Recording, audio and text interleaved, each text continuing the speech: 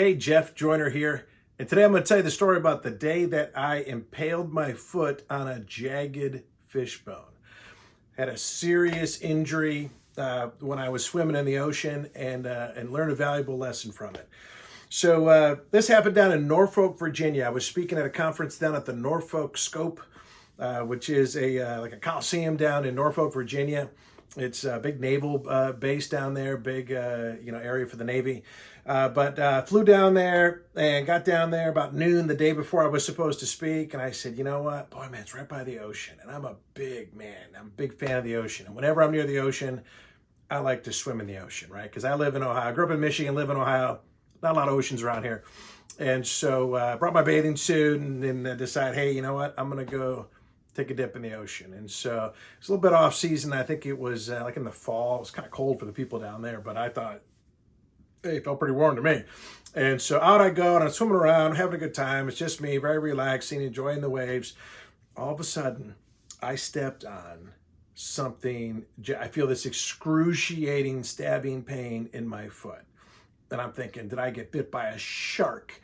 Did I, step on a stingray? Is that a jellyfish? Oh my gosh, it hurt so bad. And so I limped toward the shore. I was a little scared, like maybe it was a shark or, I'm thinking it's a piranha. Oh, wait a minute, there's no piranhas in the Atlantic Ocean. And so I get out of the water and pull my foot up and I look and I don't see anything except for like a puncture spot. And I'm like, oh, whatever it is, something must have bit me and let go or something. I stepped on something and it must have broke loose or fallen off. And I'm like, well, I got to go anyway. So get my stuff and I head out of there. And as I'm walking, I'm like, oh, man, it really hurts. Man, it really hurts on that spot. I keep looking. There's nothing there. And I go back to my hotel and I'm going to get some dinner and I get a shower and I get changed. And just walking is really, it's still like a stabbing pain. I'm like, oh my God. Then I come to realize this isn't like a bite or something. Wouldn't hurt. There's something that's jammed up into my skin. So I start trying to look at it, pull my foot up and I'm like, boy, there's something. And it hurt so bad. So I go down and I find like a Walgreens and buy some tweezers, right? I don't travel with tweezers. Maybe you do. I haven't had that much of a need for tweezers on my travels. But I go find some tweezers and start digging into this hole in my foot, and finally I pull out of there this jagged fishbone that had gotten embedded under my skin. Now here's a picture. I put it on the table and took a picture of it. Here's the picture of the jagged fishbone that had impaled and stabbed my foot and was causing so much pain I could hardly walk.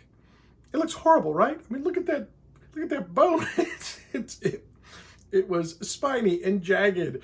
And now here's the funny part, right? That's the picture of the fishbone. Let me give you some perspective on size. Here's a picture of the jagged fishbone that stabbed me next to a quarter. Look how tiny that is. It's the tiniest little thing. But that tiny, I'm talking about something like a centimeter maybe. But that tiny little thing had gotten under my skin and was causing me excruciating pain. I cannot believe how much pain came from such a small little thing. So I kind of wish I'd have kept it, but I threw it away. And the moral of the story is sometimes little things make a big difference.